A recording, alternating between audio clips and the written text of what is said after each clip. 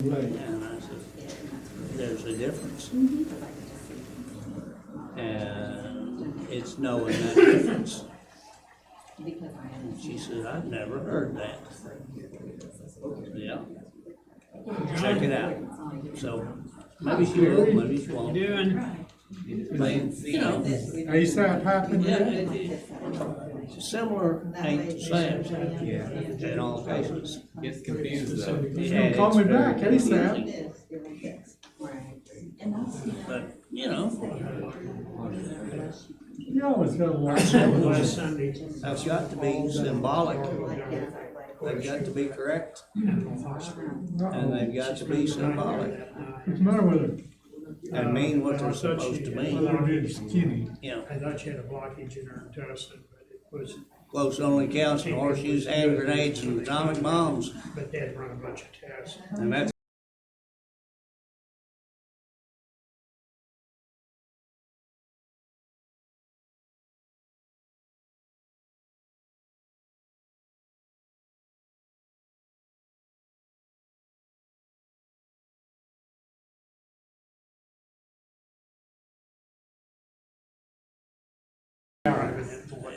what it is.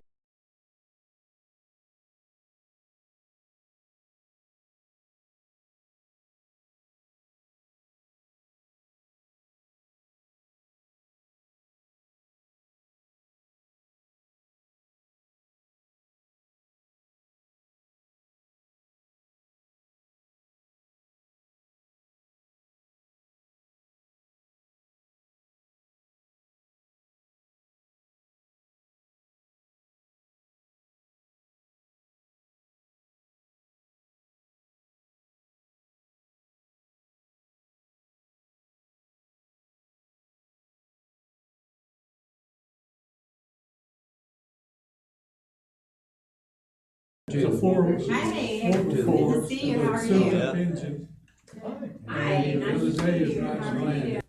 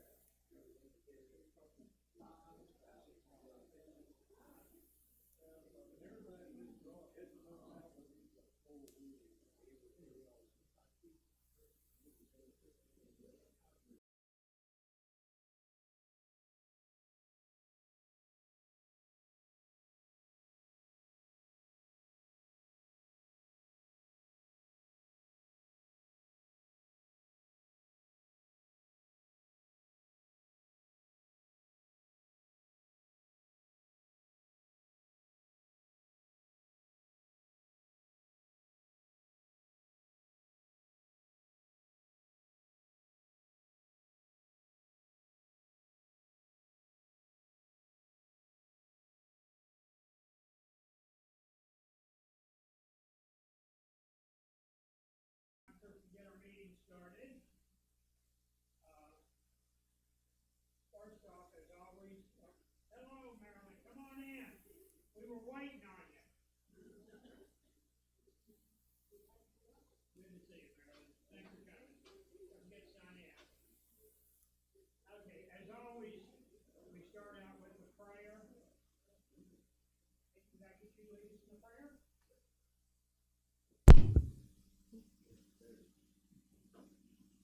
Heavenly Father, thank you for giving us peace, religion, for this liberty, freedom that you have prescribed for us that we can see in your word. We ask that you would move on our behalf, on your behalf to secure those for your glory. We ask that you would bless this meeting, that you would encourage those that are here, that the truth would be spread, and that you would be honored in everything that we do. We ask this in Jesus' name. Amen. Amen. Thank you, Nathan. Michael, could I get you to lead us in the pledge? Absolutely. I pledge allegiance to the flag of the United States of America and to the republic for which it stands, one nation, under God, indivisible, with liberty and justice for all. Amen. Okay, a couple of housekeeping, then we're gonna get right to our speaker. Did anybody know Thanksgiving is next month? Did anybody know that? And Christmas is the month afterwards. I'm moving the November and the December meeting to the third Saturday in November and December, so we don't compete with the holiday weekend. So November, that'll be Saturday, the 18th of November, third Saturday. And then in December, that will be December 16, again, the third Saturday. So if you'll help spread the word, I would appreciate it. We did this last year on December, and it seemed to work out real good. So if I was setting this up again, I don't know if I would make it the fourth Saturday, because every November and December, this is an issue. But, and like I said, please help spread the word. Okay, we have some great guests here today. Wendi Montgomery Dial is our main speaker. Wendi has been involved with voter integrity for 2.5 years. She's one of the, probably the best informed person on voter integrity in our elections here in Oklahoma, and she's going to tell us all about it. Now, as always at one of my meetings, we're going to hold our questions till the end, and then when question time comes, raise your hand. We'll call on you in the order that the hands are raised as best we can remember, and then please get to your question. If you want to make a speech, and I've announced this before, please come talk to me afterwards. If you've got something valid to convey to the group, I'll be glad to book you and let you have the floor as a speaker. But the question time is for questions. I want everybody here that has a question to have an opportunity and the time to ask it at the end of the meeting. Okay, Wendi, come on up. Let's give her a hand, folks. Wendi Montgomery Dial.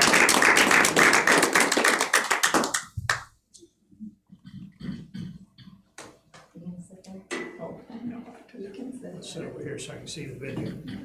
See the screen. Allergy season. Okay, is this on? Okay, good afternoon. It is afternoon. My name is Wendi Montgomery Dial. I am principal co-founder of Oklahoma Liberty Integrity Group. I live in Edmond, Oklahoma, so all of you probably know where that's at. It's not that far to drive up here. As Terry said, my co-founder, other principal co-founder of Oklahoma Liberty Integrity Group, Ryan Hill, he and I have been researching elections in Oklahoma for the past 2.5 years. We started out separately, and then we got together and formed our own group. There was so much to do regarding the elections that we split off. We were part of the Oklahoma Liberty Watch group. That's Amber and Terry Evans down in Comanche County, as well as several other members. And we've had a lot of people that used to follow the Telegram page as well for Oklahoma Liberty Watch. Okay, Ryan and I decided to focus on the data and also legislation, and we can talk about that too as well, what happened in 2022 with all of that legislation. I am also now the state director of Restore Liberty for Oklahoma. So if you want to look up Restore Liberty, that is restore-liberty.org/Oklahoma. That's our part of that site, and you can get an idea there. I do have some documentation with me as well on Restore Liberty if you'd like to talk about that afterwards. But let's get into the elections.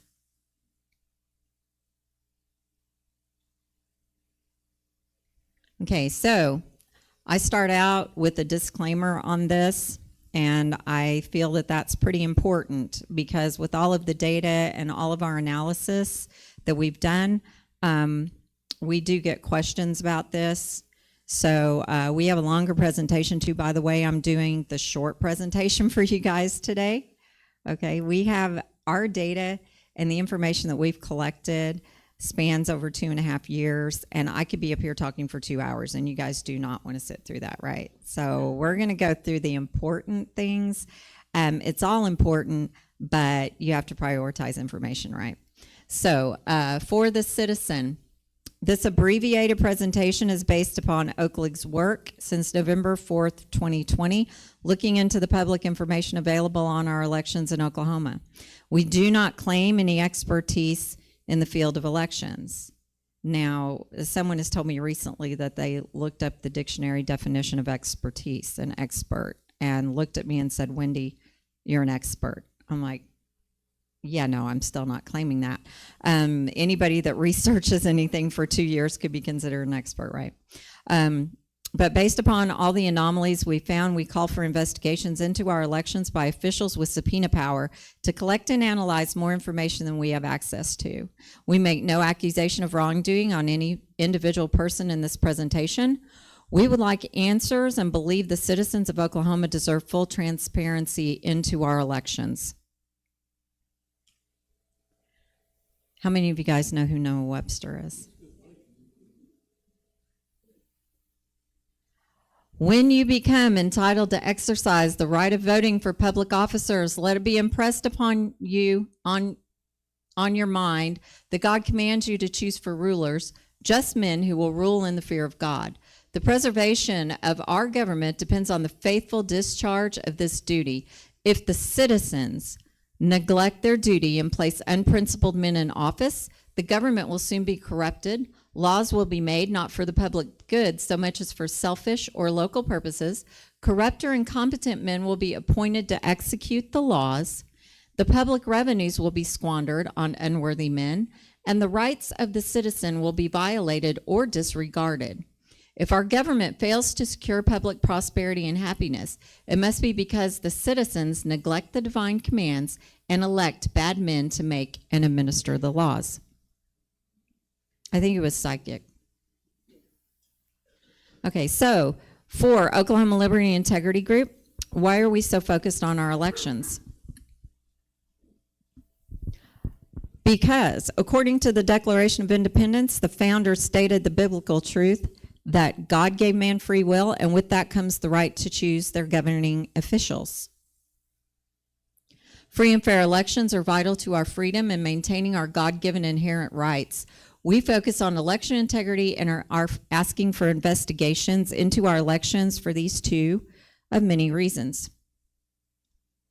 Our purpose is to ensure our elected officials indeed hold office with our consent. According to the Declaration of Independence, if you do not have the consent of the governed, you do not have a legitimate government. We wonder why in this God-fearing state are our officials so resistant to proving they have our consent to govern. Talk is cheap. I've heard a lot of talk. Get a lot of talk. It's beyond time for our officials to prove to us that our elections are free and fair. It is not up to us to prove they are not. There is enough evidence of irregularities to warrant multiple investigations into Oklahoma elections. Okay, so Oklahoma elections at a glance. And I put this down because I told you guys, there's over 2 hours worth of data, right? So I had to prioritize information. But here's some things that you should probably know. How many of you know what Center for Tech and Civic Life is? Raise your hands if you've heard of Center for Tech and Civic Life. You've heard of Mark Zuckerberg, right? You've heard of Zuckbucks? That's the Zuckbucks. So in Oklahoma, we have CTCL money in half of our counties. Why? We don't have drop boxes. What were they hoping to accomplish by giving Oklahoma, a crimson red state, supposedly, money? Incomplete open records requests. When I was with Oklahoma Liberty Watch, once they figured out who we were, they started slow walking our open records requests, I believe, and talking about the fact that it could take months and months to get us information because they were getting so many requests, et cetera, probably hoping that we would forget all about them. Also, in 2021, our legislature passed a law that said that for national security reasons, they could deny open records requests when it came to our machines. Why? Because they believed that that information could be used to compromise our elections. So I find that interesting. Number one, our elections are supposed to be the most secure, right? So what harm could come by sharing with the citizens the information on the machines that they use to elect their public officials? Our elections are to be fully transparent. If they are not, I have questions as to whether or not they are constitutional. And in the state of Oklahoma, they aren't. Are not. Election integrity bills were killed in the 2022 legislative session. In 2021, Oklahoma joined ERIC. How many of you have heard of ERIC? Okay, so Electronic Records and Information Center. That is a privately owned organization where we have, let me see, they did have 30 members, now they're down a few, but we have one representative on that board from the state of Oklahoma, and you had 29 other people having, say in what was going to happen with Oklahoma voter registration rules. Okay, so I couldn't understand why Oklahoma was joining that to begin with. But also, we know that it seems like ERIC was more interested in bloating voter rolls than cleaning up voter rolls, which was supposed to be their stated mission. So Oklahoma is paying money. They actually allotted the money in the legislation specifically for ERIC to join ERIC. Now, whether or not we actually ever fully joined ERIC is a question, but the legislation was there and the money was put up in order to do that. Now, when I look at the ERIC contract, they were very, very specific on wanting states to inform people that they could register to vote. There's really nothing wrong with that, okay? Notifying people and saying, hey, you know what, you're registered to vote. The question is, who are they notifying? They're notifying people based on driver's license records. Okay, so ERIC would take your voter registration records and compare them to the motor vehicle records. And if someone was found to be on the motor vehicle records but not registered to vote, the state by contract is obligated to notify them and tell them that they can register to vote and tell them how to do so by contract. This is what you sign up for when you sign up for ERIC. Now, if you don't do this within 90 days, they may drop you from the membership. They will give you, however, extensions and more time to clean up your rolls and to take people off of the voter rolls. Okay, so they will give you extensions. So it seems like they delay removing people, but they want the state to immediately get more people on the rolls. Okay, and this is a private organization, mind you, okay? It's not a government organization. If you want to look up, there's actually an article that I wrote if you want to get onto the Restore Liberty Oklahoma Substack. That is what happened to our legislation 2022, the election integrity legislation that was dropped into the state legislature that year. None of the bills, a couple of bills came out of committee, but nothing that would really clean up our elections, for sure. The bills that we really needed were all killed in committee. Didn't even see the light of day. Okay. Now, that includes legislation to clean up our voter rolls. They are a mess. I've had legislators tell me recently, they go out to do walks for the campaigns. The voter lists that they have, the voter registration rolls, are a disaster. They're a mess. So they are still a problem in our state. So not only were we joining ERIC under the auspices of cleaning up our voter rolls, but what it would really do is bloat our voter rolls. And didn't we just have an issue with people getting driver's licenses in Oklahoma? I had to go up to the Capitol, basically with Oklahoma Second Amendment Association, with Don Spencer, and be up there to watch and inform people, we don't want this. And guess what? If we get rid of ERIC and leave ERIC, the issue of non-citizens getting driver's licenses in Oklahoma would go away instantly. I guarantee it. You would never have to go to the Capitol and argue it again, but guess what? This spring, you may have to do it.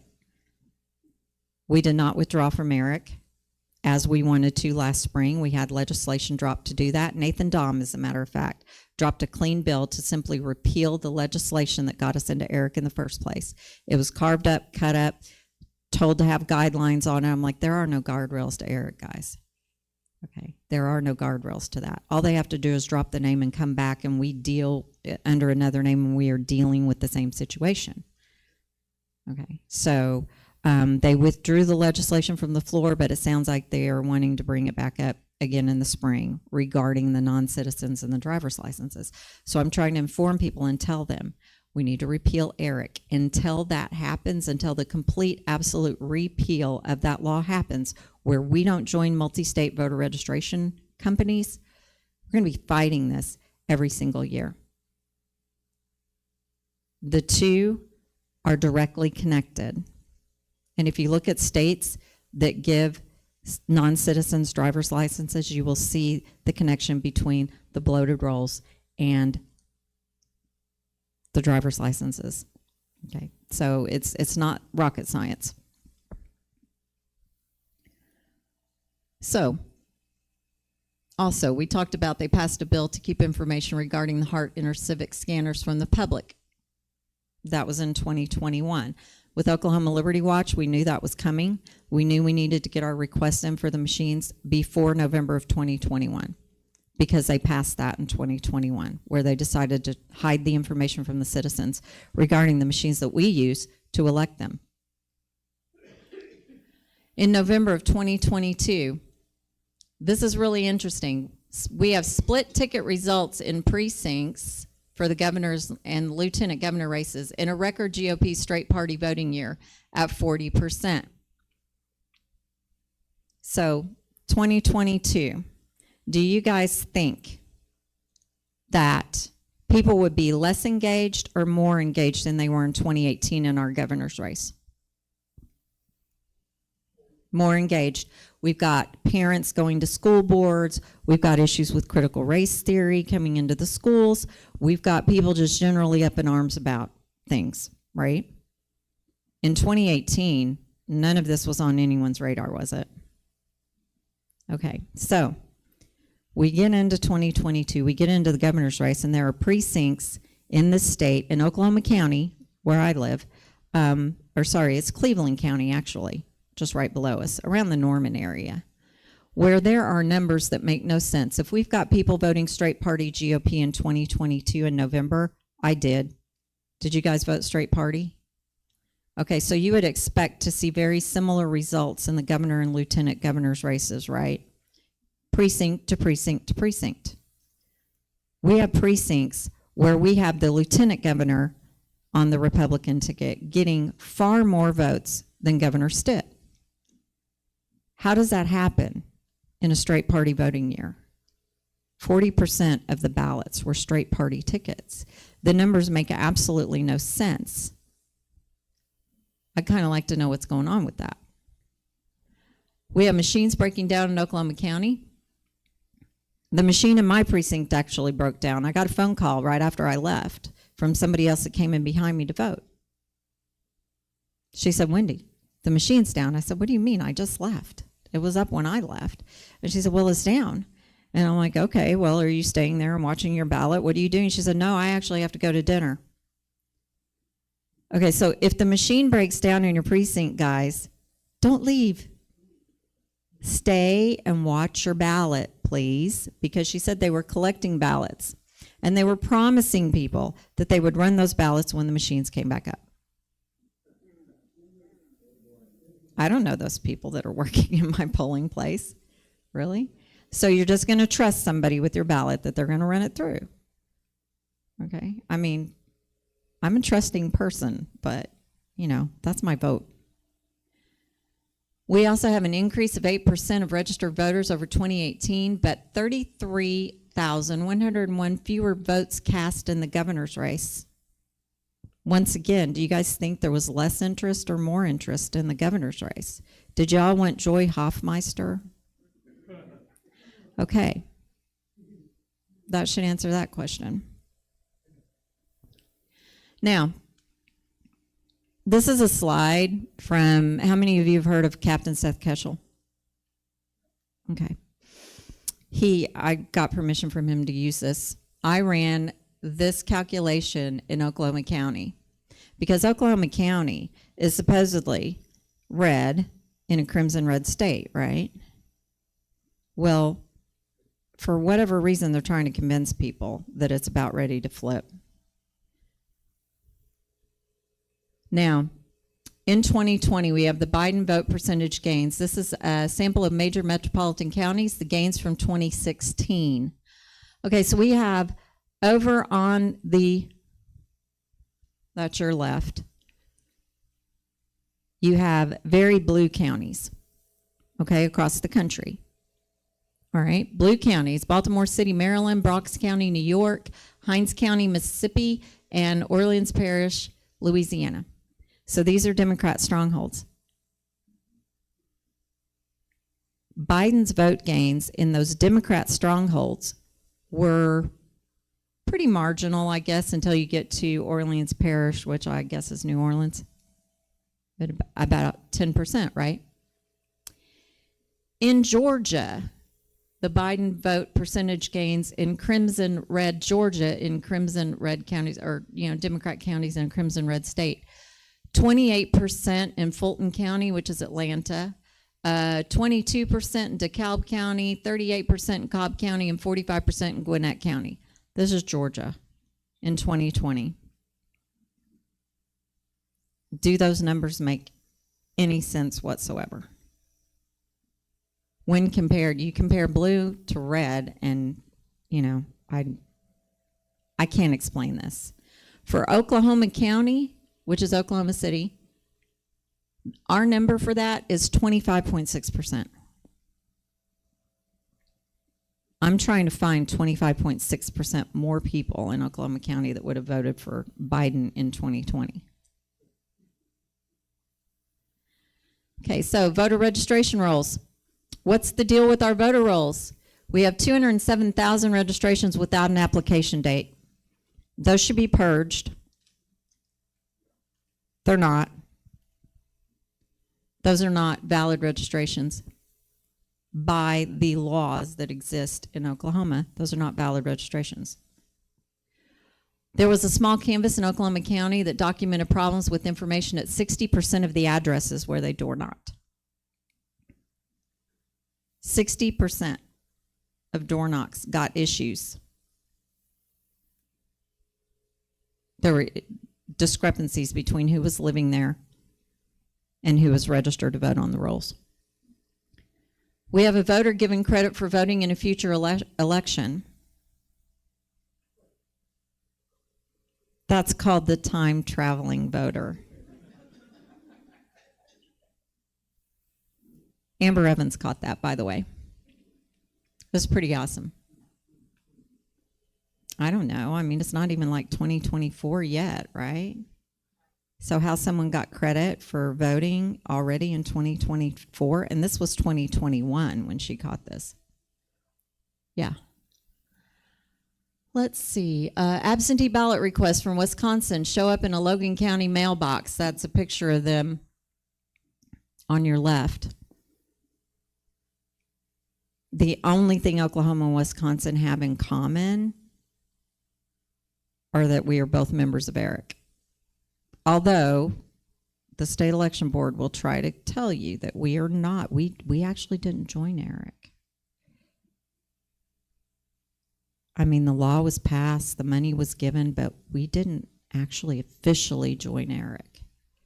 I don't know, but it doesn't take much to point and click and send data, right?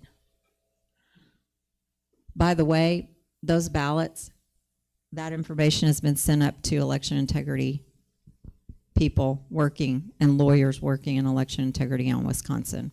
I sent that off a couple weeks ago. Dead and multiple 100+ year voters voting. That's your standard, like run down to the cemetery and count all your voters type thing, right? Legislators reporting issues with rolls on their door knocking campaigns. I've had legislators show up. Do we have any legislators from this area? No. Any federal agents? I have to say that. Because you have to identify yourselves by law. Okay. A report included in a lawsuit filed in Georgia in August of 2019 states that all digital voter registration lists are subject to malicious alteration. The source of that is the National Academy of Sciences, Engineering, and Medicine et al. Securing the Vote, Protecting American Democracy, page 42 and 80, National Academies Press, 2018, and also the Senate Select Intelligence Committee report, July 2019. Subject to malicious alteration. You can hack anything, right? My whole thing, guys, is basically I've come to the conclusion that everything regarding our elections has to come off of digital devices of any kind. Okay, so absentee ballot anomalies. This is fun. Absentee ballot voting doubled in 2012 and again in 2016 in Oklahoma. Democrats now outvote Republicans 2-1 in absentee ballot voting. We have approximately 65,000 absentee ballots unaccounted for in the 2020 election. The source for that, by the way, is the state election board. They did grant a few of our open records requests before they figured out that we were actually investigating the elections, I guess. We have approximately 65,000 voter registration cards returned to the Oklahoma County Election Board as of June of 2022. I can't explain that. Approximately 67,000 excess votes for Biden in 2020 in Oklahoma, according to one national expert in election integrity, that is Seth Keshel. He dropped that number on his social media, and I went, wait a minute. Wait a minute, really? Because we have 65,000 absentee ballots missing in Oklahoma. They're unaccounted for. Now, I have problems with absentee ballots being unaccounted for. As far as I'm concerned, they should be official documents and be tracked from start to finish. I mean, I've talked to my election board secretary guy and gone, hey, you know, like, I went to an absentee ballot count in April to take notes as an unbiased observer. I was not working for any campaign. I don't work on campaigns. With Restore Liberty, we do now endorse candidates, but it's got to do with whether or not you believe in the Constitution of the United States. It's not partisan. The only problem is I can't find anybody that belongs to the Democratic Party that will stand up and say, I believe in the Constitution. And, you know, I mean, I would be willing to endorse those people for Restore Liberty. So when I go, this isn't partisan for me at all. When it comes to everyone's right to vote, just to be on the record, I don't care about party. This is about every single citizen that was born in this country having a God-given inherent right to vote, and we need to get that back. Or we don't have a country, right? Okay. So, needless to say, Seth Keshel was a little surprised to find that we had this number, and he went, whoa, that's just, you know, we can't explain it, why that would show up. But my election board secretary, by the way, in April, I'm like, dude, you've got 8,000 absentee ballots that you sent out. You tell me you got back 3,700. Aren't you even the least bit curious as to where the other ballots are?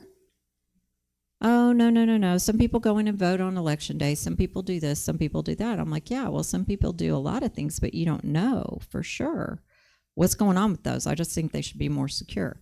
I mean, he doesn't have the capacity or the leeway. The state doesn't give him the tools that he needs in order to do that. Okay. So there's an odd pattern of registration trends that do not follow the census pattern in Tulsa and Oklahoma counties, which correspond to a large percentage advantage in absentee and early voting for the Democrat Party. So I ran the census numbers and state election board registration numbers. There's a spike in Tulsa County in census population that doesn't make any sense, which corresponds to an increase in their voter registrations. We don't see that in Oklahoma County, which is otherwise their census data runs pretty parallel, their estimated data. So I don't know what that is. In November of 2022, 33% of counties did not report initial absentee ballot numbers. I got onto the state data. I was looking for something else. And I realized, I'm like, wait a minute. Where's our initial absentee ballot numbers? I was looking for initial ballot numbers, final ballot numbers. I want to compare the two because I did this in June of 2022 in our primaries and found something very interesting, by the way. And that was those numbers in June changed over the course of the night in the reporting, which was just odd. I'm like, aren't we reporting initial absentee ballot numbers? That's it. They're already counted. Why are those numbers changing? Okay. I wanted to check in November to make sure that that didn't happen again, or check and see if it was a pattern, something that needs to be looked at, right? And I realized that 33% of the counties did not even report initial ballot absentee numbers. I don't list them here, but I have them listed. I'm at Rock Girl on True Social, and what's not in here a lot of times is posted there. And I take screenshots of my True Social page when I like a few of them, so you can find these things there. But yeah, there were 33% of counties. I list them out, put them up on our Facebook page also, and said, guys, if you live in these counties, you need to call your election board and find out what's going on. Why don't you have numbers? And it can't be that the county's just too big and they didn't get the numbers done and they didn't get the ballots counted in time. It can't be that, because Oklahoma County reported those numbers. And by the way, in November, the numbers didn't change, which is pretty interesting. Now, there's an odd pattern in the absentee and early vote totals per candidate from the primary in June of 2022, which makes no sense given the tens of millions of ballot combinations possible in the entire election. Not all ballots are filled out completely in any given election. Some may only have one race marked. Let's say you go in and you don't know any of the people, you don't want to vote for any of them, and you just mark the races that you know, right? Okay, I went in for a recount. The recount of Kevin Calvey, who ran for district attorney in Oklahoma County. He asked for a recount from the primary, and I got to look at some ballots. Not everybody fills out their whole entire ballot. Some people fill out one race, some people fill out half the ballot, some people fill out 3/4, some people just, fill out a few races. Okay, so the ballots are not uniformly filled out at all. But when I ran the numbers in June of 2022 for our GOP races, that is the absentee ballot plus the early vote total divided by the entire vote total for the candidate for the race. Okay, so I want to know what percentage of vote are the candidates getting by absentee ballots, because I want to see how that's changed over time in Oklahoma. Are we seeing large spikes in absentee ballot use? Okay. Or, what did it used to be? What was our average numbers? And it looks like our average numbers were between like 6 and 7% or something. So in that race, or in that election, we have a lot of the same numbers showing up. Like Lawmeyer, 8%, Butler, 8.5%, O'Connor, 8.5%, Swinton, 8.5%, Roberts, 8.5%. There's the same number showing up over and over again. Several of them. There's like a bunch of 11%. There's a bunch of 10%, right? What does this imply?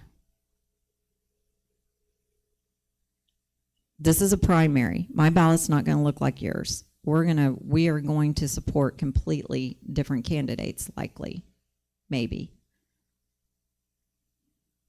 People that vote absentee ballot do not vote uniformly for the same people, right? So what this implies is that we have a lot of the same ballot that somehow ended up in the counts.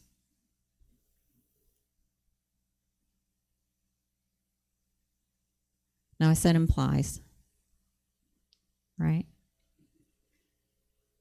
But seriously, I need explanations for these things, and I'm not getting them. 2020, Tulsa County, difference in mail-in versus election day performance. This is really interesting. How many of you knew that Donald Trump did not win any of the counties in Oklahoma by absentee ballot in 2020? Not a single county. He won like 5 or 6 in 2016. I'm going to show you that slide here in a minute. But also it looks like he did about 30% worse in the absentee ballot counting in Tulsa County than he did in election day. But Joe Biden did 29.92% better in absentee balloting than he did in election day. It's almost like an exact flip. That happens in county over county over county over county over county. There's very little variance in the numbers. I'm going to show you that in a minute. This slide, 2016, remember we said mail-in balloting, absentee ballot voting went up, doubled over 2012. There's the boost right there. And you'll see where the blue line crosses the axis there. Those are the counties that Donald Trump actually won in 2016. There are a few. In 2020, the Democrat mail-in boost, you see how it's doubled again. And Donald Trump, that line never crosses the axis. He did not win a single county. Okay, now we're going to talk about the machines. And there's a lot more on the absentee ballots, by the way. I just don't have time. Okay. 2020 in Oklahoma, Trump won all 77 counties, and he says that all the time, doesn't he? I love Oklahoma. I won all 77 counties. He did. As a matter of fact, that is a graph of all 77 counties of the two candidates' vote totals. So you have Trump to Biden ratio graphed over all 77 counties. Look at the red line there and keep that in mind.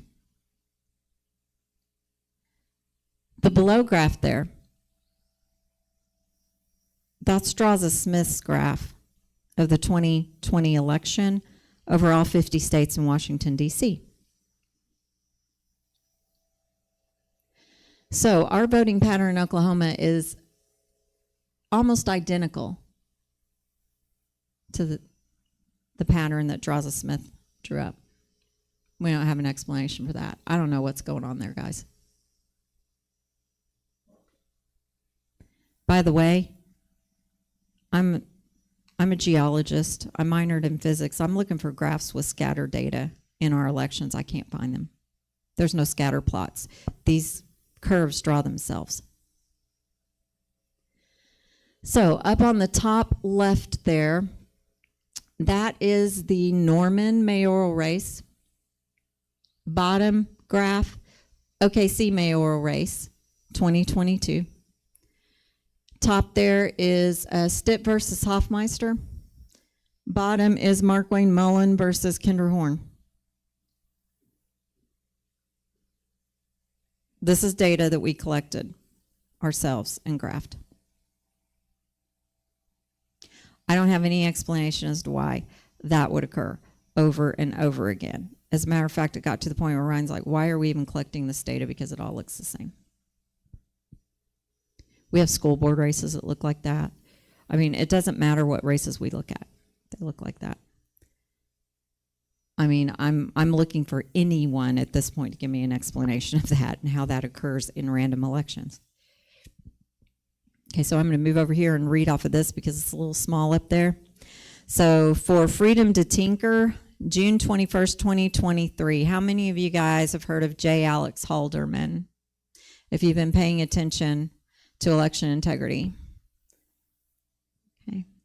Something came out in June, and it looks like he was trying to get ahead of it, but a court in Georgia released his report along with another computer professor.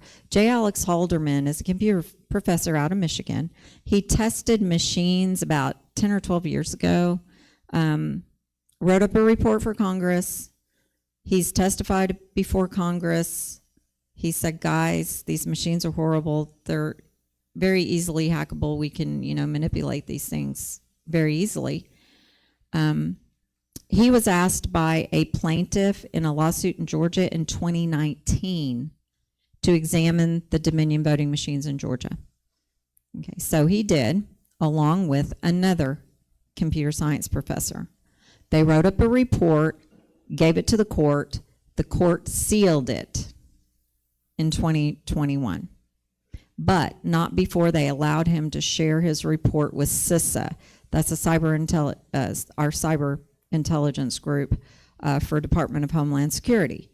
You know, Mr. gets up there and says this election was the most secure in history guy. Okay.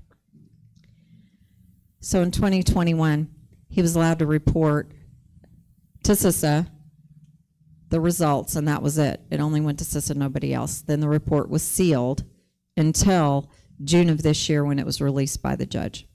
But CISA issued a report based on what they were given by Alex Halderman. They sent out a notice to everyone that said, guys, these machines are compromisable. And basically, it's all of them. It's not just Dominion. His report doesn't just apply to Dominion, even though that was the machine that he was looking at. Okay. So CISA sends this out in June of 2022. We're still voting on machines. They basically tell everyone the machines are a national security risk. We're still voting on these machines.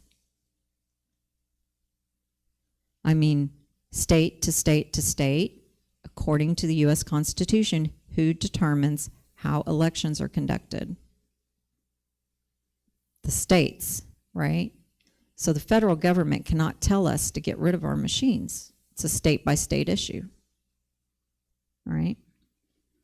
So what J. Alex Halderman writes, right before this report was released, he says, our report explains how attackers could exploit the flaws we found to change votes or potentially even affect election outcomes in Georgia, including how they could defeat the technical and procedural protections the state has in place.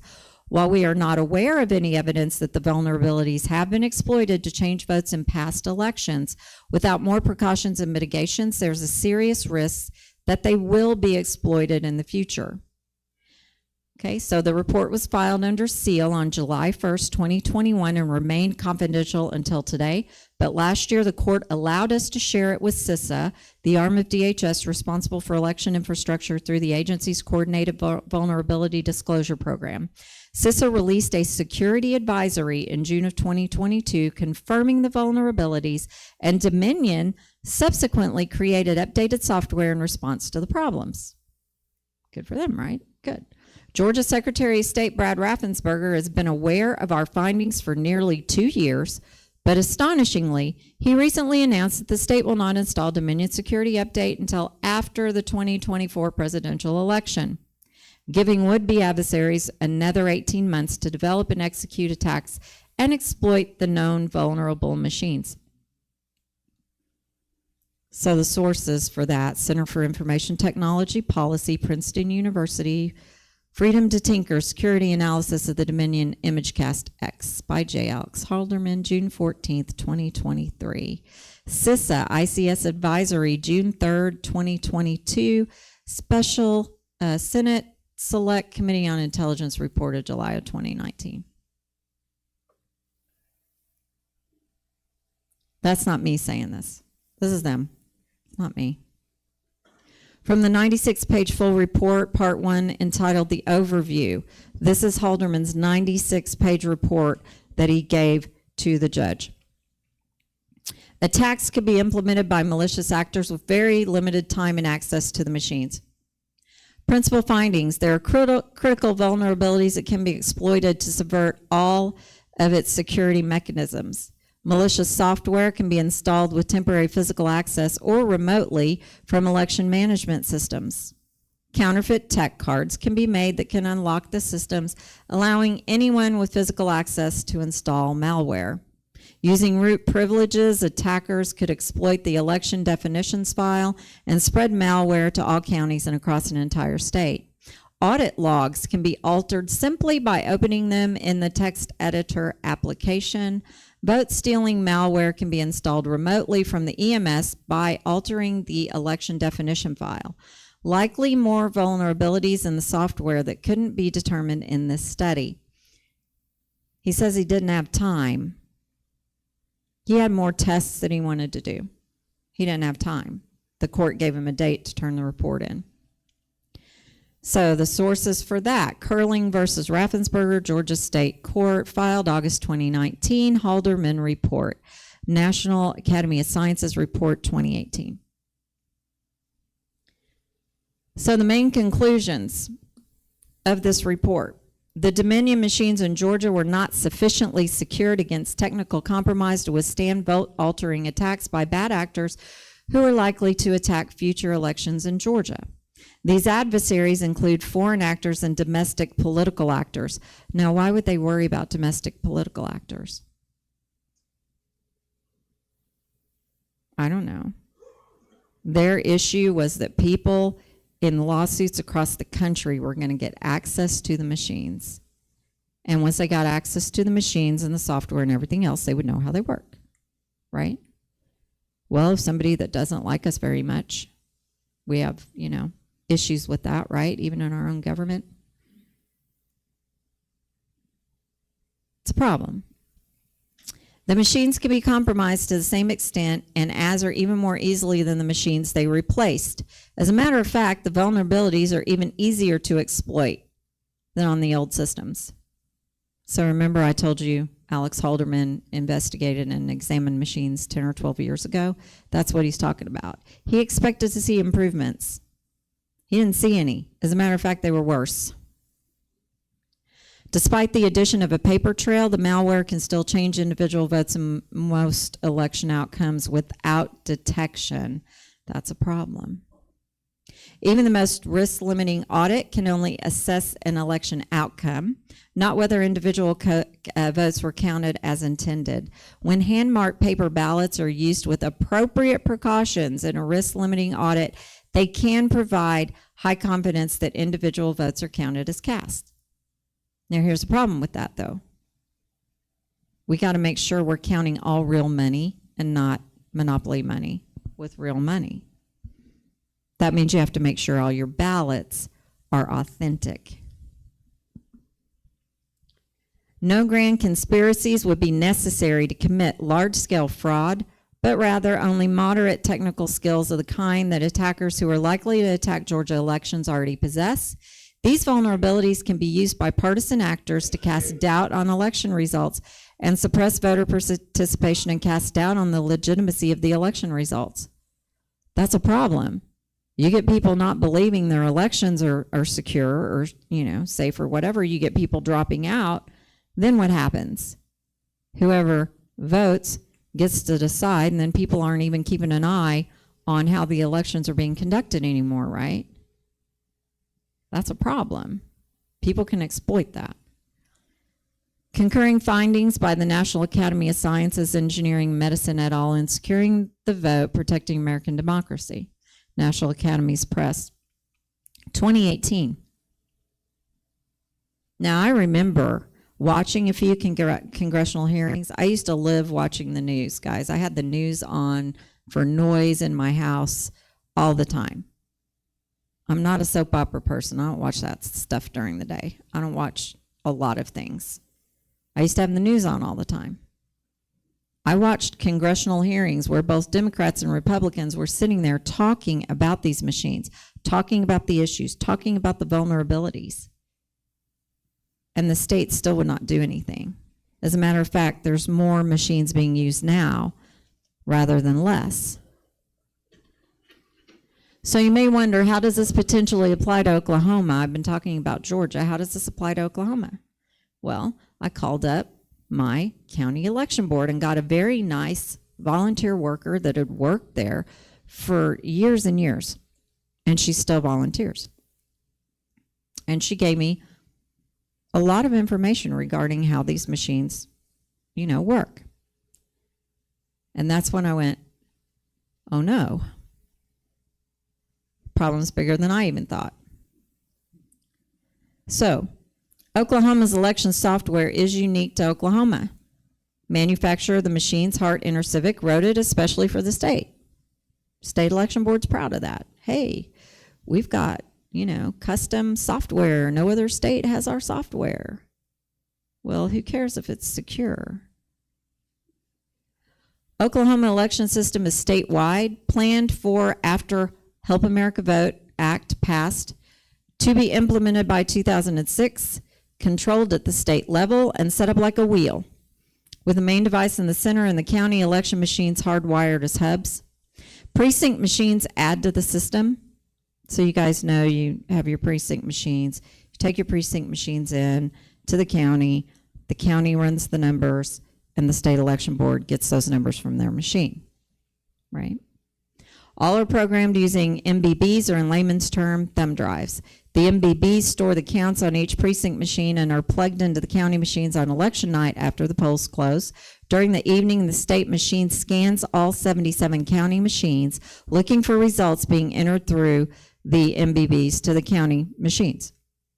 Absentee ballot counts are stored on MBBs if counted early and stored, as are the early vote totals in the election county board vault. No one can access the counts before 7 p.m. on election night, and then only the state machine has access to the county machines via the hardware.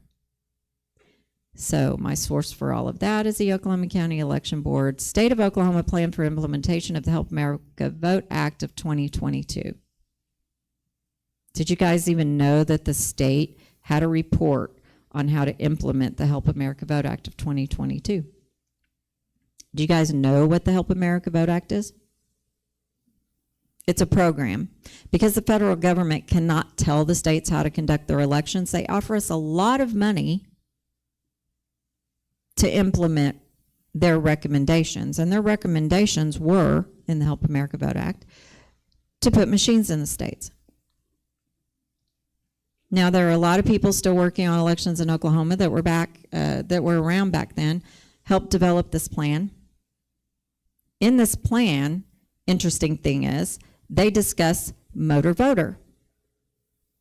Oklahoma was considering motor voter as early as 1996. Did you all know that? No. Okay.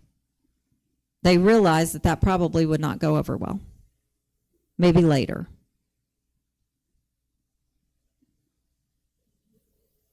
They also talked about all mail-in elections back in 2003. Also, could not be done because Oklahoma law actually prohibited it. We've had a lot of changes in our election laws. Interestingly enough, in 2022, we didn't get any changes that we needed to fix the problems that I just mentioned out there. Now, MBBs are sent to the counties by the state election board. The origin is the state election board or our election software vendor. Somebody's finding that out for me. Given the explanation in previous slides, there are multiple ways the system can be compromised, even though it's hardwired and self-contained. We don't need wireless connections. We don't need little cell phone things being stuck inside the machines. Do we know whether or not we have modems? Do we know whether or not we have those little chips like your cell phone has that can transmit data? We don't know because we can't get inside the machines. The counties are told not to touch them or they void the warranty on the machines. The only people that can access these machines, maintain these machines, are the state. And according to the state election board, they have contracted people to do this. They use their IT guys. And I'm like, well, is it the same guys? Well, no, they can pull them in from other, whatever. But it's state people that maintain these machines. Otherwise, the warranty gets voided. And, we don't want to waste money. Okay, so the state maintains the machines. The county election board officials can't touch them, and they'll tell you that. So, the machines are updated and programmed, as well as tested away from the public. By the way, we're taking Help America Vote Act money in Oklahoma, right? Get money for the machines. According to the Help America Vote Act, we are supposed to witness the machines being tested. That's not done here. That's potentially a violation. I called up the state election board. I called up the county election board. Do you guys test the machines? Well, yeah, but we don't do it for the public. We only do it for the party officials. And then half the time we send out the notice that we're doing this and we're testing the machines, but they don't take us up on it.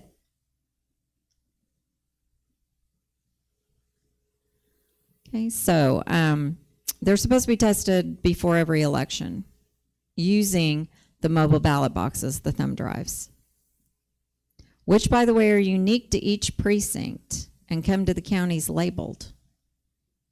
If those things are blank, who cares? Why is that an issue? Why do we do that?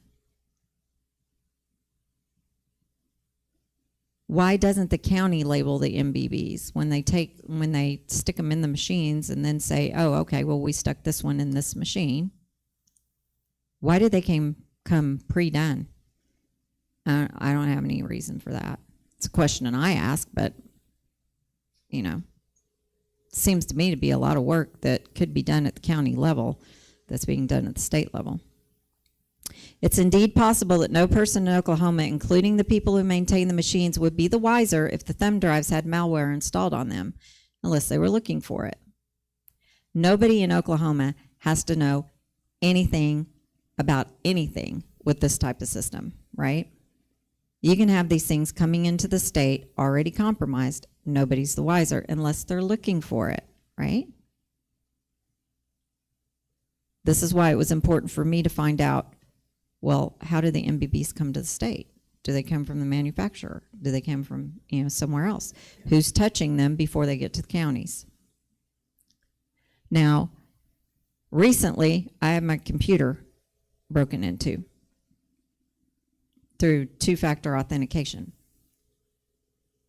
I didn't even get a notification that I, not me, was trying to get into it, trying to get into my Microsoft Office. Somebody accessed my files through two-factor authentication. I'm like, how does that even happen, right? Somebody wanted to see my files. Okay. So in order to secure my computer, I got a mobile hard drive. That mobile hard drive, when I hooked it up to my computer, already had software on it because it has to talk to my computer, right? Anytime you guys use a thumb drive, comes to your, it has to talk to your computer, right? It already comes with software installed on it. These things are not blank to begin with. And you're hooking it up to your computer. And it's already got software installed on it, okay? So it's not like these MBBs, if they tell you they're blank, they are blank except for the program that says, allows it to talk to the machine, right? It has to have that or else it's not going to work. They have to be speaking the same language, okay? So when I say that nobody in Oklahoma has to be aware, it's true. These things could be coming to us already compromised. Now, these are my sources. So original research through myself and Ryan. Other researchers whose work in Oklahoma and nationally is included Oklahoma Liberty Watch, Draza Smith, Seth Keschel, other sources cited. And if you'll notice, I have the State of Oklahoma Plan for Implementation of the Help America Vote Act, Senate Select Committee on Intelligence Report, National Academies of Science, CISA, J. Alex Halderman, and the State Election Board and the Oklahoma County Election Board. So, I don't know. I don't consider myself a conspiracy theorist at all, right? I have a degree in UTEP. I have a Bachelor of Science in Geology. I minored in physics. I have a year of graduate school, planetary science. I never imagined I'd be doing this kind of research, especially not now. But why do I care about this? I don't know. I saw what happened November 3rd, 2020, and I'm like, is it possible to actually steal one of our presidential elections? Is that possible? Is that even possible? And how would you do? That's ridiculous. So I'm thinking, being in, living in Oklahoma for 16 years at that point, I'm like, hey, we better check out and make sure Oklahoma elections are secure, right? I wonder if anything happened in Oklahoma at that time. So I started collecting data. Unbeknownst to me, there were other people in the state that were doing the same thing. Okay, so we all got together, and I was thinking to myself, because I study and research family history. For 10 years, I've been researching my family history with a cousin. And then when I got really mad and upset about elections being stolen, it kind of made sense to me. I have 5 Revolutionary War grandfathers. 5, at least. 2 of them, 3. No, that was Lincoln County. Close enough. Mecklenburg County, North Carolina. Who's familiar with American history around the Revolution? My grandfathers were in Mecklenburg County, North Carolina. Have you heard of the Mecklenburg Declaration? It did exist. Okay, it was written up May 30th, 1775. That's where Mecklenburg County, North Carolina decided they were done with the king in Britain before everybody else. Although there were people in Virginia and people in Pennsylvania potentially that were working on the same thing. But Mecklenburg County actually sent their declaration up to the Continental Congress. My grandfather is one that went with Captain James Jack when he did that. He was a first lieutenant in Captain Charles Polk's regiment. So they were done a year before everybody else. They sent it up there, so we're done with Britain. Congress said, we're not quite ready to go there yet. I said, whatever. We'll just take it back and go back home, but we're done. And they lived by the rules that they made and approved at their meeting at that time. So when you went into Mecklenburg County, North Carolina, you had to, they used British common law, which was being used at that time anyway, but violated 9 ways to Sunday by the king. All right, so, but that's my family history. It kind of makes sense to me as to why I'd be a little upset, because the revolution, we kind of had something to do with that.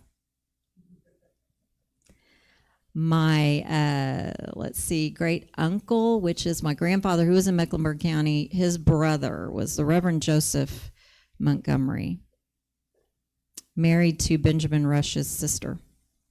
So y'all know who Benjamin Rush is. The only academic to sign the Declaration of Independence.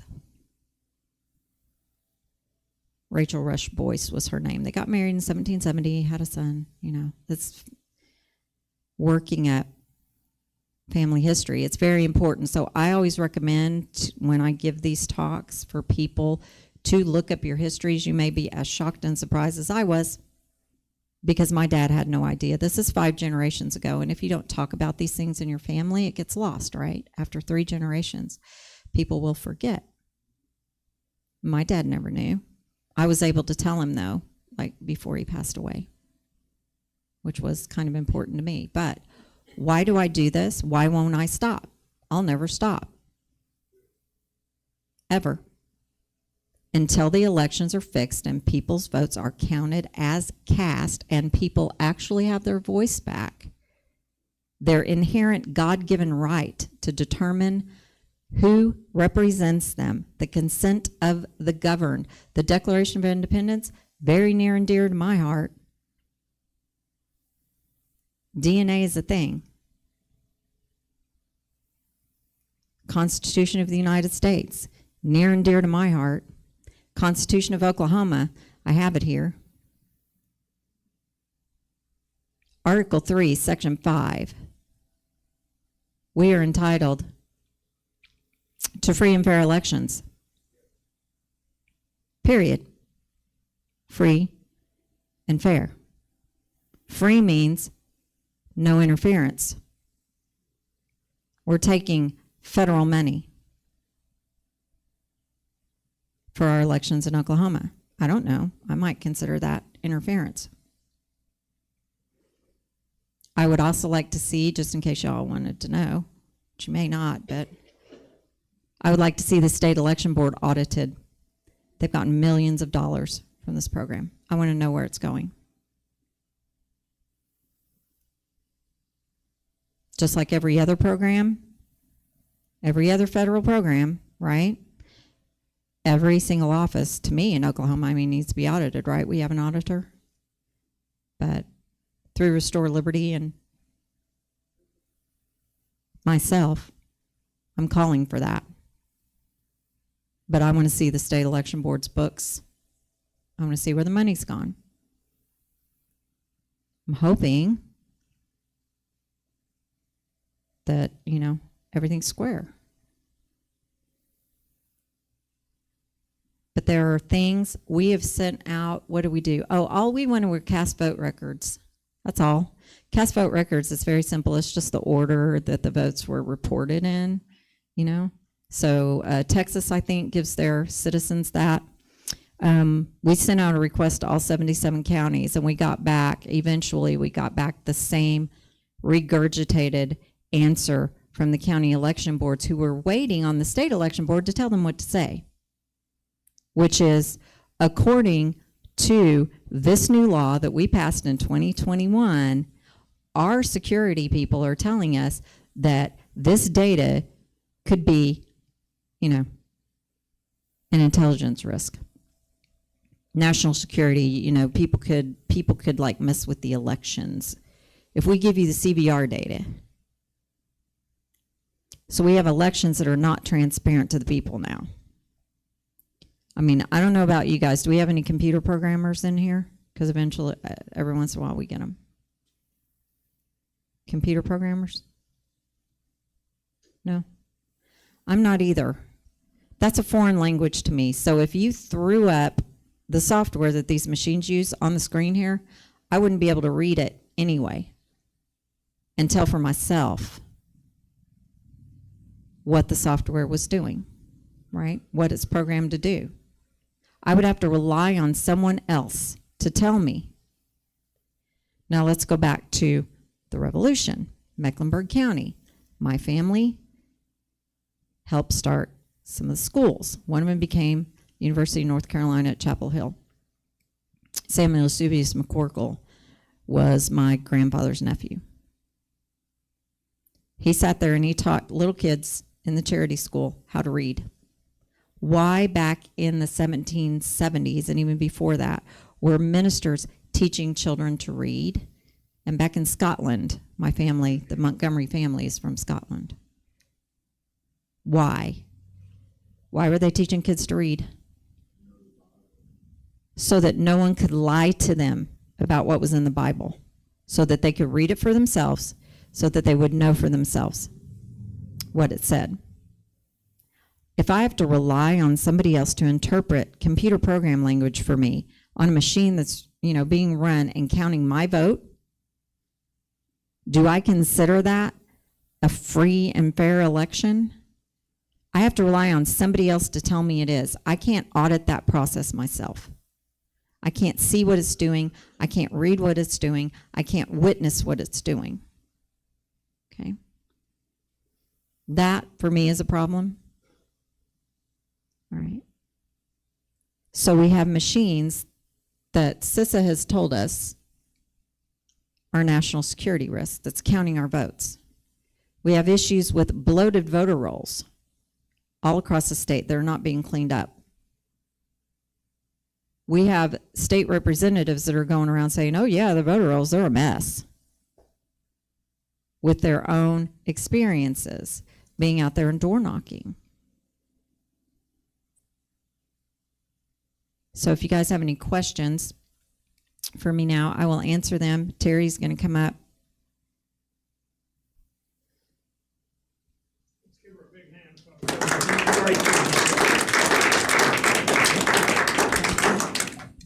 A couple things before we get to the questions. The machine testing. I've been on I'm now chairman of the Kay County Election Board. Every time they test the machines, I go up there to watch. I think I'm the only person that has ever done so. Probably. The problem is, I don't have any idea what's going on when they plug those into the machines. Yeah. So, addressed to you, if you know anybody that could coach me to give me some basic information that I might be able to use when I'm up there. I'm planning on doing this every time they test the machines. So if you know somebody that could clue me in, it would be much appreciated. I just figure it's better for somebody to be there watching, even if they're totally ignorant, than there to be no one there at all. That is absolutely correct, because anybody going up there and watching the process is an issue. You know what I mean? So, but I can probably get somebody for you, that knows computers. Here's the deal with the tests. They run ballots through and double check and make sure that it's just counting the number of ballots, I believe. That's how they test the machines. Do a printout. Yeah, they do a printout. Now, if you put in 5 ballots, you're gonna get 5 ballots. That test is gonna tell you the machine is counting the ballots properly, and that is all it's gonna tell you. Okay. So it counts the number of ballots that have actually been run through That's it. the test. That's the test. And the thumb drives are programmed, as you said. I knew that, but their standard answer is whenever this is plugged in and they're transmitting data anywhere, Right. their standard answer is it's a secure system. That's all they ever say about it. I also, knowing you were coming, and I was gonna give you a heads up in advance, I invited Carol Lemming, our local K County secretary, to come and perhaps ask questions or be here to answer questions. She wasn't interested, and Thursday afternoon, I was at Center Right down in Oklahoma City, and the speaker was Paul Zurich, however you pronounce his name. He's the state election secretary. And I buttonholed him in the lobby. We spent about 30 minutes talking after he spoke. I invited him or someone from his office to come today, not the least bit of interest. So what that indicates to me is they don't want to be in a position where they have to answer questions publicly.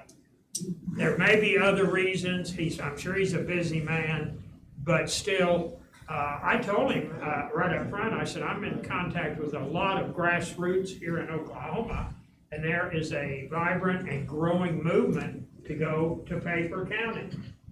And so evidently they just either don't think that it's something they need to address, or it's something they don't want to or are afraid to address. So I just wanted to mention that. Okay, now let's open for questions. Do you want to call on them, or are you going to me to do it? Okay, quick. Marilyn. Precinct worker, K County. I went to the election in Newkirk where they do this. And that little thing they stick in the side of the box that we take out in our precinct, who is in charge of putting that stuff on that little flash drive that goes in those boxes? They say it comes from the State Department. So who does that at the State Department, programs those little flash drives that goes in those boxes? That's a good question. If you called up and asked them, I would like to know the answer, but I can guarantee you're going to get an answer like I got, which is, we're not allowed to tell you that because, that's a matter of security now. Oh. So we are not required to inform you of that because, somebody could mess with the elections that way. So now every single citizen that asks questions of the election board, by the way, comes under immediate suspicion that somehow you're a domestic terrorist and you're going to steal the elections, just so you know. Now, the interesting thing is when I was asking questions about who maintained the machines at the state level, after asking her questions about these nursing home boards or something, I'm like, what is that? Where's the authority given? Is that Title 26 or is it a rule? Because y'all know that rules are not laws. You don't have to follow those rules. You have to follow Title 26. But you don't have to follow the rules that come down from the election board. It's just, it's supervisory stuff so that they can supervise the election, watch over. Not, rule authority. All of the authority for the elections comes through Title 26. So these administrative rules are administrative rules. The legislature has not set them, so the legislature You know, the legislature, according to the Constitution, has the authority to set how, the manner, you know, and time that we conduct our elections. By the way, Title 26 states that our elections are held on one day. So all of these early voting things, even the expansion of the absentee ballots, those are all rules. They have not changed the law. Okay, so we do have a single election day, and if you guys want to hold to that, you can do that because you're following Title 26, right? Now, the issue once again becomes, we have somebody who's appointed, all right? The state election board secretary, we don't elect him. He's appointed by the Senate. He's the secretary of the Senate. He's been there, I think, since 2008. It's a long time. About the time they brought the machines in. He's got one card print on both sides. He's got one card that's... Paul's card Uh-huh. is one title on one side of it and the state election secretary on the other. Mm-hmm. Yeah, it sounds about right.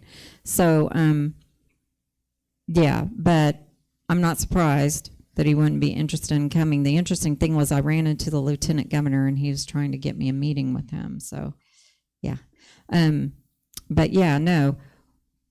With Oklahoma Liberty Watch, initially I was going to be in charge of communications, getting people to write their election board, their legislators, whatever, and to investigate and audit, forensically audit our elections in Oklahoma. So I wrote up a nice little letter, you know, talking about we need statesmen and all of this, and, you know, American Revolution, I have Revolutionary War grandfathers, you know, all that.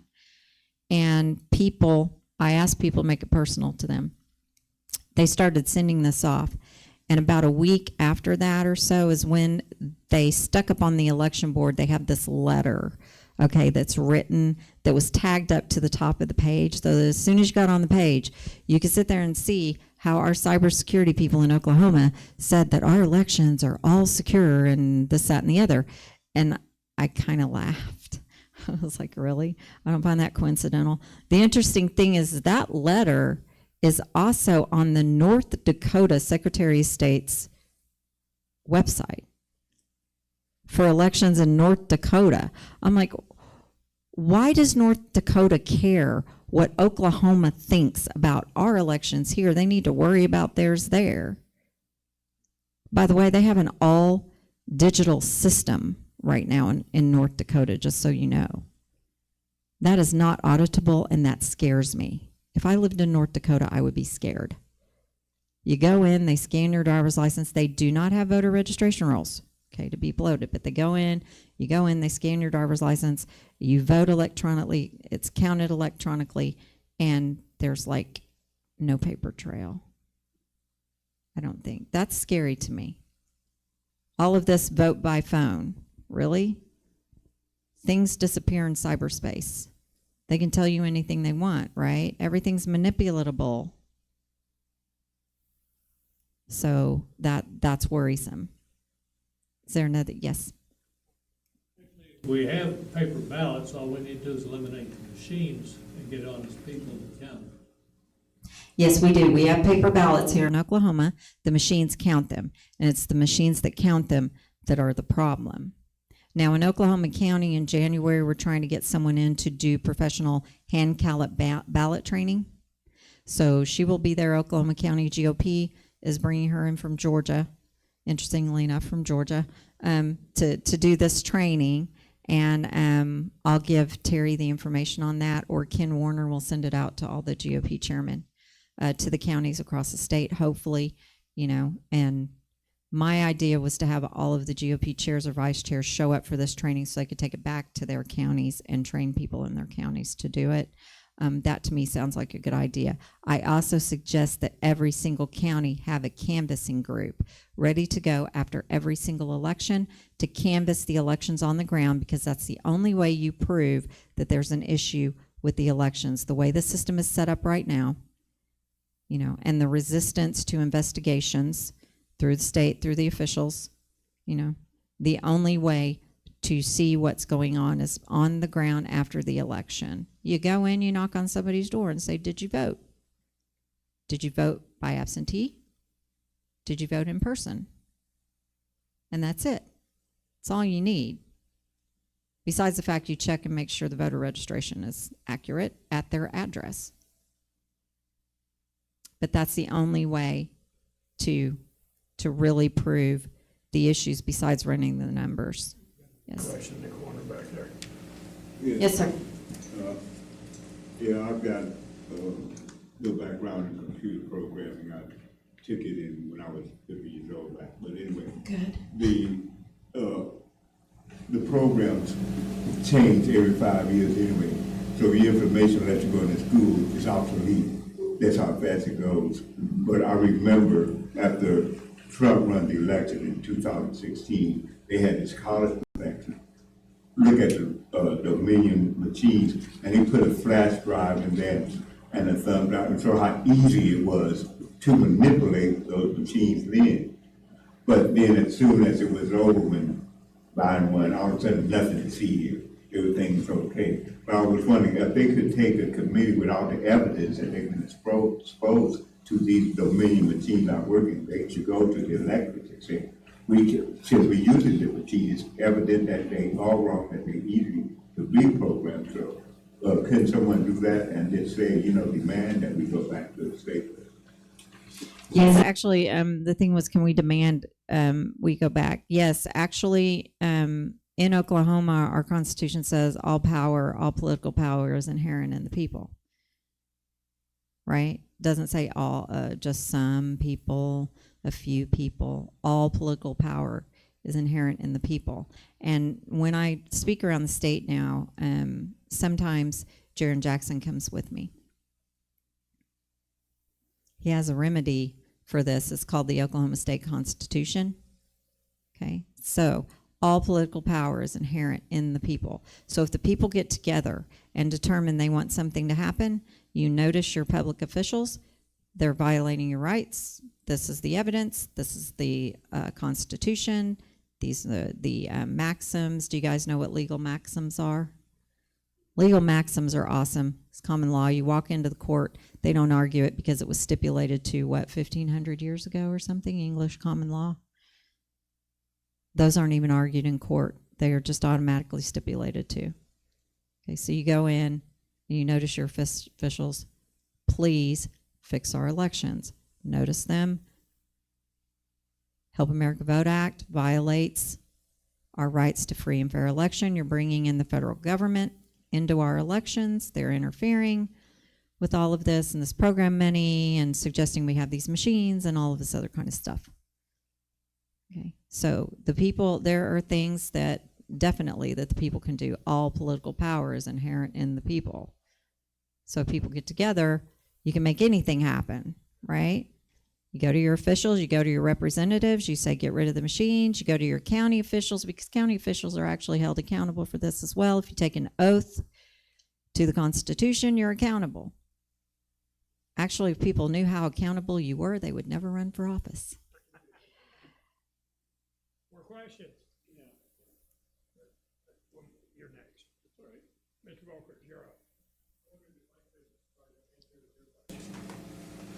When you asked earlier in your presentation. Yes. Can you speak up? Sorry. I was asking if I could answer or attempt to answer a question that she asked earlier in her presentation. Sure. So, Yes. Okay. I'm not a computer programmer, but I used to be a computer programmer before I retired. And some things that I believe strongly is that my understanding is that computers run on machine code. It's called machine readable for a reason.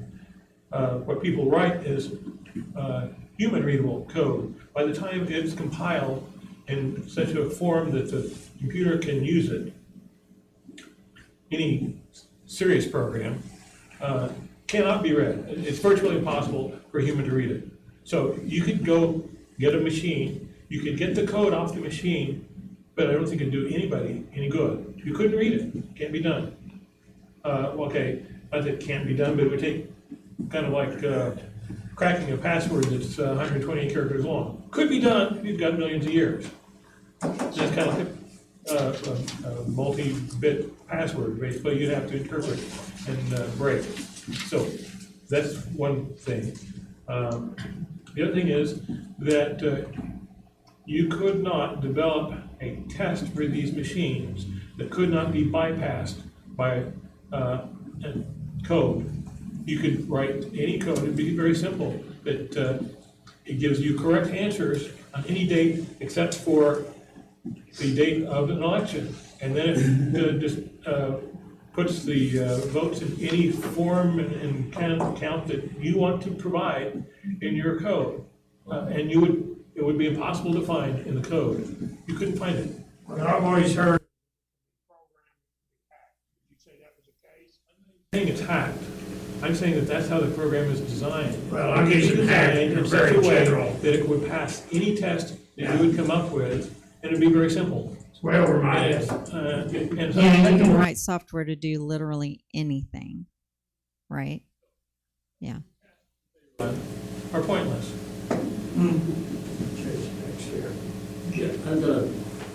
I don't know if it's a couple of questions or not. One at a time. All right, fine, I'll ask one, and then nobody else is gonna ask it, I'll ask the second. Okay, fair enough. I'll ask one. You said that the absentee ballots are not tracked in the state of Oklahoma. Basically, you said Right. there's no paper trail. You After they're request, sent out, yeah, right. you request one, they send it out. So does that mean that I could vote on mail-in, 2 weeks before the election? Then in my precinct, I can go vote again, because when do they print out the precinct rolls where you go in, you give they got your name on the precinct rolls, and they say, okay, you sign in, and they hand you a ballot. They do keep track of the ballots that are returned, so you would not be able to do that. So they send the names out for people that request absentee ballots that have been returned. Okay. I'm just running in my mind, if that's the case, I don't return my ballot. Then I take it and take it to someone else. Now, if that someone else is on the voter rolls, it's not gonna do them any good, because that ballot is associated with me. If I vote, the ballot's not gonna be counted. The ballot is not, the envelopes are, or the outer envelope is, not the inner envelope and not the ballot itself. Okay, so in order to, I would have to have somebody from out of state. Not necessarily. All right, I'm trying to figure out how they're. I'm tracking you here. I know, okay, so here's what could happen With that, if you decided and you ordered an absentee ballot and you didn't want to use it, it's entirely possible for you to give that ballot to someone who's pretending to be someone that they know is an invalid registration, and turn it in under that name for the invalid registration. Let's say they want to get a ballot or something, or they have this absentee ballot. They could take it up to the voter, the election board, and say, here's my ballot, I wanted to vote by it. Well, we didn't send you that. Well, your records are messed up. I mean, what are they going to do? They're going to throw it in the provisional file and count it, because they open up all the provisional ballots and count them. There are multiple ways that people who want to undermine elections can do it. These absentees are our main function as election board on election night. Mhm. This is the first thing we do, is we go through me and the Democrat and the secretary. If there's a question about this ballot, do we accept it or not, because there may be some slight irregularity, we vote. And 2 out of 3 is the determinant on whether that, it's not thrown away, it's kept, but it's not counted. But that's pretty rare. The most absentee ballots we've ever had in Gay County was like 52. And, now to be notarized, right? well, they're notarized except the ones that come from nursing homes. Those can have two signatures on it. Mm-hmm. But all of the others are notarized. That's the very first thing we check. Are they notarized? Are the names correct? Is everything signed and dated as it should be? Well, here's my question with the nursing home situation. So the counties are allowed to have an early, you have an absentee ballot election board or something. So that's what's used on early voting. Those people go out, for early voting and, to the precincts. But there is nothing that I can find in Title 26 which says they are specific to nursing homes. Now, I found a rule that says they can split off that absentee ballot board or something, and underneath it have this nursing home board, because I was wondering how they were getting away with it, because with the nursing homes, because Title 26 states that ballot harvesting is illegal. Your ballot says right on it, the person that signs this ballot has to be the one that mails it. So nobody else should be touching that ballot except for a postal worker. Now we have the absentee ballot board through the counties, though, that can go in, and I believe Title 26 allows for that. The absentee ballot boards to go in and get absentee ballots, but that's for early voting.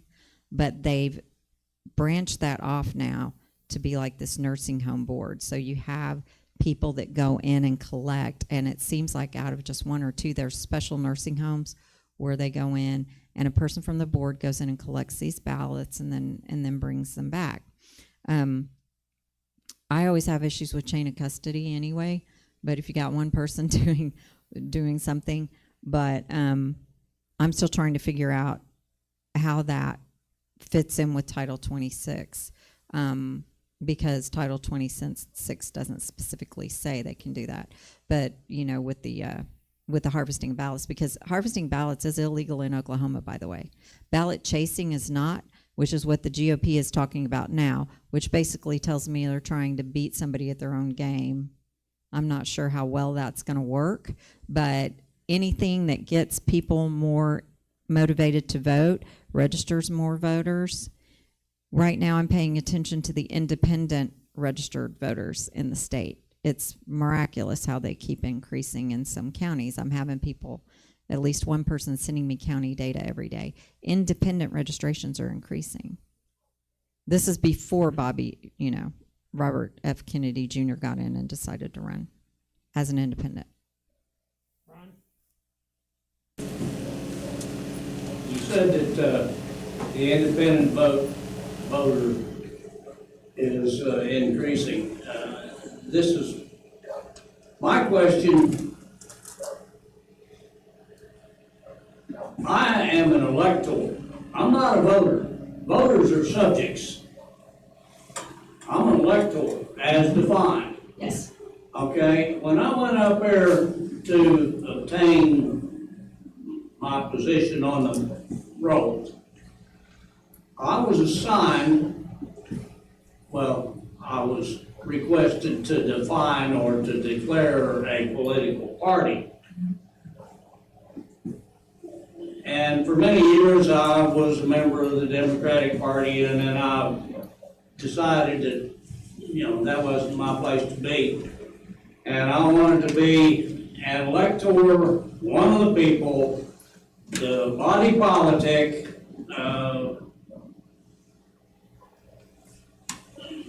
that sort of thing, They stuck me in the independent party, but I'm not an independent. I'm a people. Now, where do I go to be a people? I know, everybody's a people, and that's what people have to understand. Okay, we the people are up here. Okay, so Jaren's gonna be real proud of me now. The people are up here. We wrote the Constitution. We gave it, granted certain authorities to the Constitution, right? We the people, so we're above the Constitution, as far as like we the people. Because if we get enough of us together, we can do things like amend the Constitution, right? Following the process given on the Constitution. You can amend the Constitution. So it's just logical, rational, logic here. We the people granted authority through the Constitution to the legislature who granted it to certain officials or what have you, right? But we, the people, are way up here. We're not way down here. He says, don't demote yourself by calling yourself a taxpayer. You're not a taxpayer. You're not down here. You're up here. You're a people. So when you approach your government as one of the people, they have to listen to what you're saying. Why? Because you're up here and they're here. They are your elected servants, elected officials. They are there to serve the public. They swear an oath to uphold the Constitution. Okay, so in the Oklahoma State Constitution, we are electors. As a matter of fact, there's an article under Article 3 is on suffrage. Okay, there is a section that addresses, and it is, I believe, Section 5 again, that addresses, says no power, military or civil, will prevent suffrage of the people.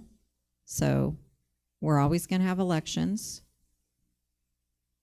Although I hear, people running around talking about they may, who knows, something about canceling elections. No, not going to happen in Oklahoma. Why? Article 3, Section 5, nothing. No military, no civil. Doesn't matter what's going on, people are going to vote. And the electors, if they are legal, lawful electors, according to the states set laws that said you have to register, okay? So if you're an elector, no one can accost you, detain you, stop you on your way to and from your polling place. No one.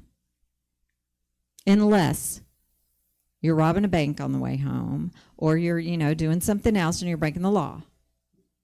Then you can be detained. But if you are going out to vote and you are leaving that place and you're going home after voting, no one can stop you, detain you, or anything else. So if your purpose is to be out to vote, no one can stop you or detain you. And nothing, no power, no military power, that means no federal power, no state power, can stop you from voting. No CDC power. No CDC.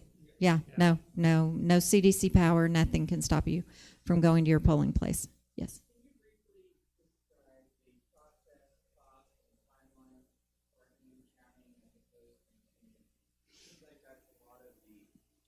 Issues people have is hand counting. We can never do that. Hand counting can be done. How many of you guys remember you're smarter than a fifth grader? I am not.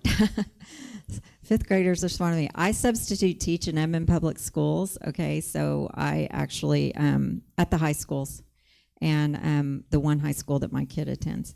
And I definitely, kids these days with all this stuff with Chromebooks and everything else, I mean, the common sense is missing, but the knowledge is there, right? And I am not smarter than a lot of these kids. However, when it comes to hand counting versus machines, we have the machines themselves, you have maintenance, you have the software, you have all of that, and you have all the costs associated with that. Hand counting ballots is actually cheaper. So if you look up the process, and I've read on this, and I don't have the source off the top of my head, but I can get it for you. They have found that hand counting ballots is actually cheaper, less expensive.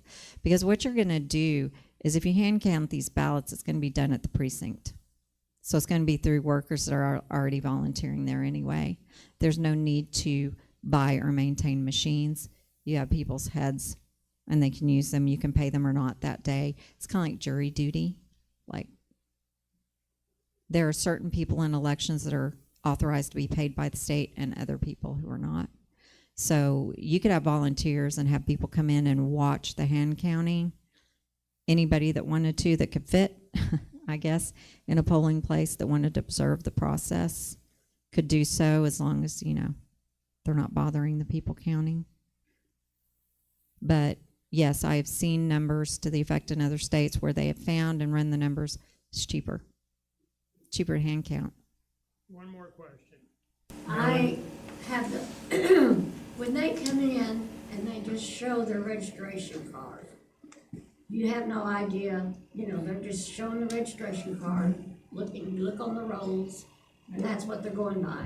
Right. How do we know that that person is the one that's got the I right? show a picture You don't- ID. Well, that's what, but the law doesn't say that. Right. Our law in Oklahoma is you must show your voter registration card or your driver's license. Or. Yeah. Well, I have a voter registration card that showed up for a woman that lived in my house like 10 years ago or so. She and her husband split up and divorced. She hasn't lived there forever. We bought the house like 3 years ago. So after redistricting and Oklahoma County sent out their new registration cards for the new precinct numbers, I ended up with her voter registration card. Well, here's the thing. If I were of the mind, I could give that to any woman that's walking down the street and say, go vote in my precinct. She doesn't have to show picture ID. All she's got to show is that card.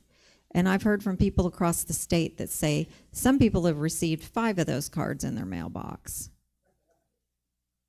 I mean, it's kind of ridiculous, right? So it's either the voter registration card or the driver's license. And here's the thing. I'm told that when we fill out our registration application, Oklahoma County doesn't even check your driver's license. They don't have the means to get into the DMV to check to make sure that driver's license number you're giving is valid. So another proposal I have is actually make everybody go up to the county election board, show their picture ID, show their driver's license, verify who they are to get that voter registration card. No more getting your card by mail. No more online voter registration, which just started. Yes.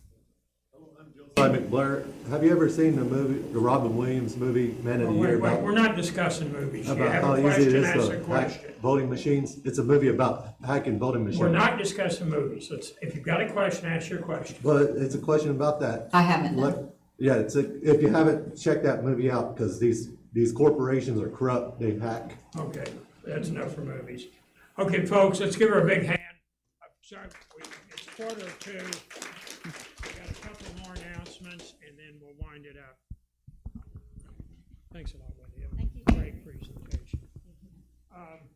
Couple of quick things I want to cover real quick. Our new Speaker of the House, Mike Johnson.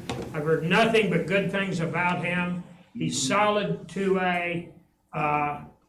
Winona Hensel, who is Wenzel, is our kind of a paperwork lady at OK2A. She keeps all the lists updated and everything.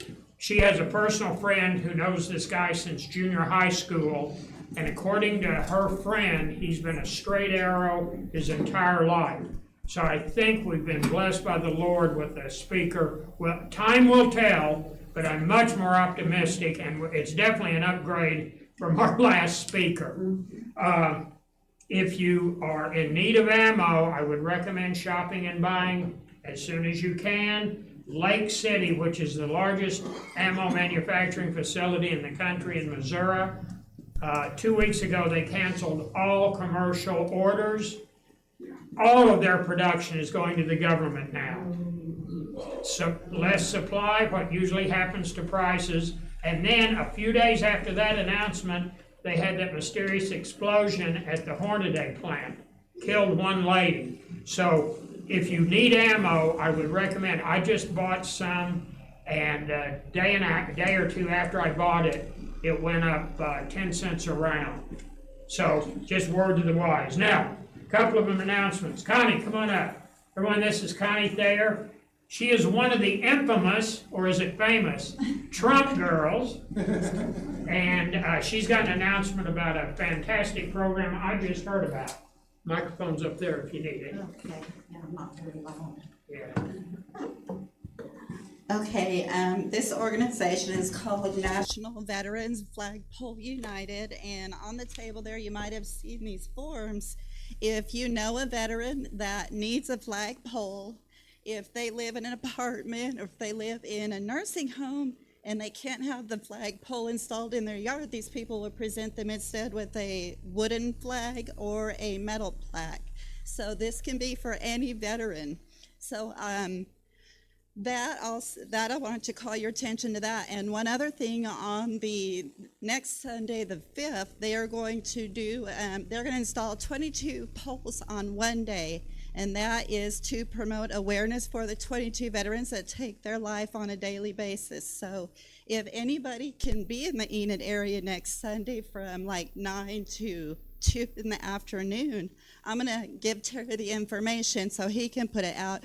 We would love to have you join us to go around and honor these veterans. And that is all. Thank you. And I'll get that to Gary Miles, our local guy. Anyway, and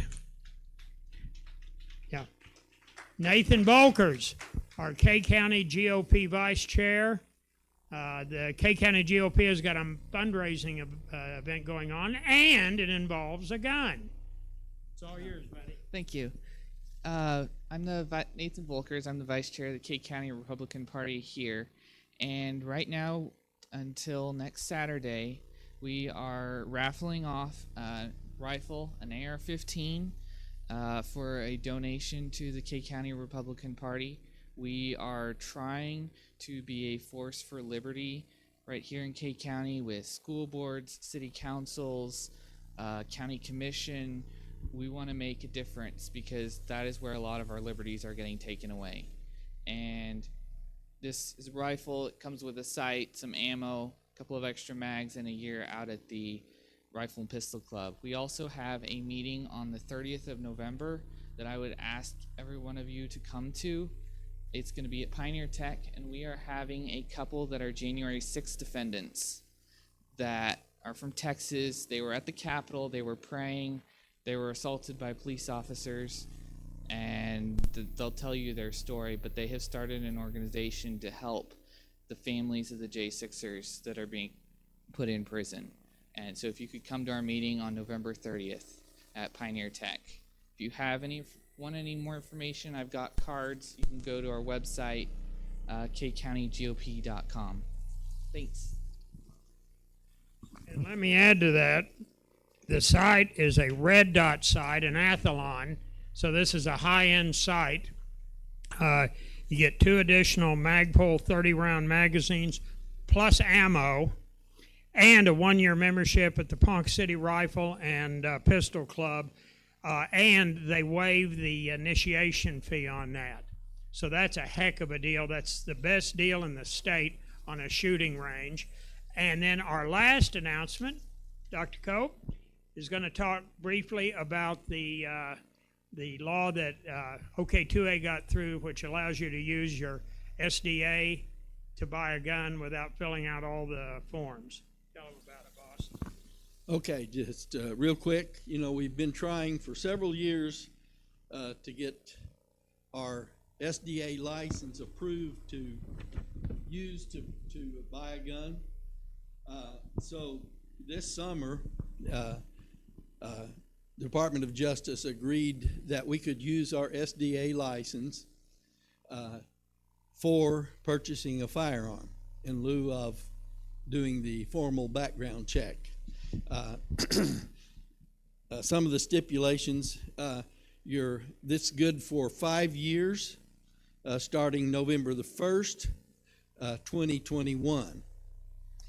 So if your license is newer than November 1st, 2021, then it's good to do this.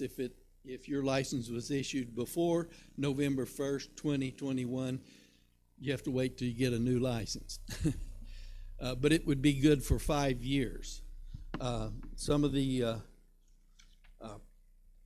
procedures, you still have to fill out the 4473 form, but for that, you basically have to show your government-issued photo ID, and they verify your SDA license, and then they copy that, or they write your information on the back of the 4473, and then that fulfills the background check.